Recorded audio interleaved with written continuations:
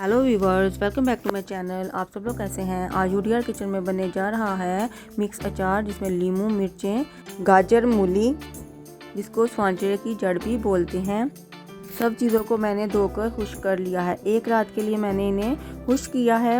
मिर्चों को मैं कट लगा रही हूँ और लीमू के भी मैं 4 हिस्से करूँगी। लीमू को मैं 4 टुकड़ों में काट लूँगी और इसके बीज भी अलग कर लूँगी। जब सर्दियाँ आती हैं तो इस अचार का पराठे के साथ बहुत मज़ा आता है और खाने में बहुत टेस्टी लगता है। अब गाजर को भी मैं बीच में से काटूंगी और इसके भी ना ज़्यादा मोटे और ना ज़्यादा बारीक टुकड़े काटूंगी। अगर अचार को क्रंची रखना है तो ये 2-3 दिन में तैयार होगा। इसी तरह मूली को भी काटना है, ना ज़्यादा मोटा ना ज़्यादा बारीक। ऐसे ही मूली और गाजर को काटना है। अब एक बर्तन में मैं 4 टेबलस्पून नमक डालूंगी और इसमें 2 टेबलस्पून हल्दी। इन दोनों चीज़ों को अच्छी तरीके से मिक्स करें। जब ये मिक्स हो जाए, एक बर्तन में मैंने मूली को डाल दिया है। इसे मैंने अलग नमक और हल्दी लगानी है क्योंकि इसमें कड़वाहट होती है। इसे अलग ही हमने नमक और हल्दी लगाकर छोड़ना है। इसे अच्छे तरीके से इसे भी मिक्स करें और इसे साइड में रख दें। अब एक बर्तन में लीमू, गाजर और मिर्चों में नमक और हल्दी वाला मिक्सचर भर देना है। इस तरह मैं सारी मिर्चों को भर लूँगी और इसे अच्छे तरीके से मिक्स करना है। जब ये सारा मिक्स हो जाए तो इसमें गाजर और लीमू के हिसाब से 2 टेबलस्पून मैंने हल्दी और नमक डाला है और इसे भी मिक्स करके एक रात के लिए मैंने इनको छोड़ दिया है। 1 किलो स्वांजरे की जड़ और बाकी चीज़ें मैंने आधा किलो ली हैं। अगली सुबह अचार ने अपना पानी छोड़ दिया है। देखिए कितना पानी अचार में से निकला है। अब मैं इसे एक स्ट्रेनर में डालकर स्ट्रेन करूँगी। उस वक्त तक स्ट्रेन करना है जब तक इसका सारा पानी स्ट्रेन ना हो जाए।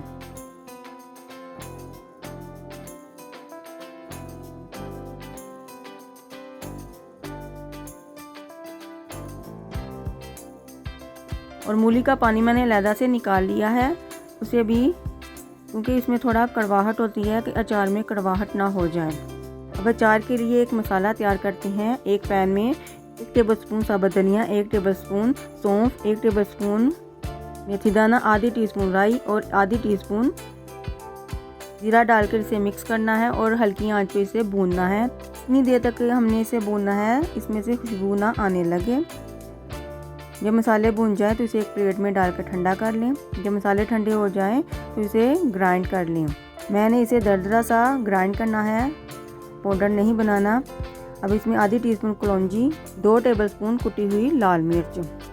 पहले मैं एक डालकर मिक्स करूंगी, मुझे कम लगी है, एक मैं और डालूंगी और उसे भी अच्छी तरीके से मिक्स कर लें।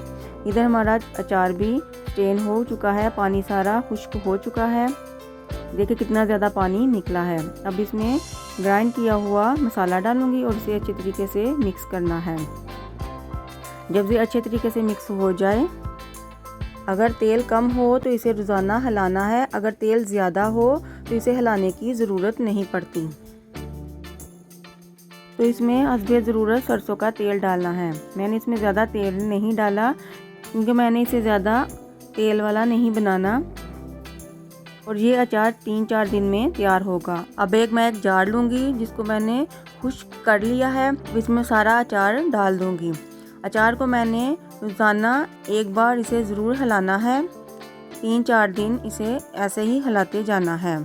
ये कितना मज़ेदार अचार लग रहा है। आप मेरे तरीके से इसे ज़रूर ट्राई करें।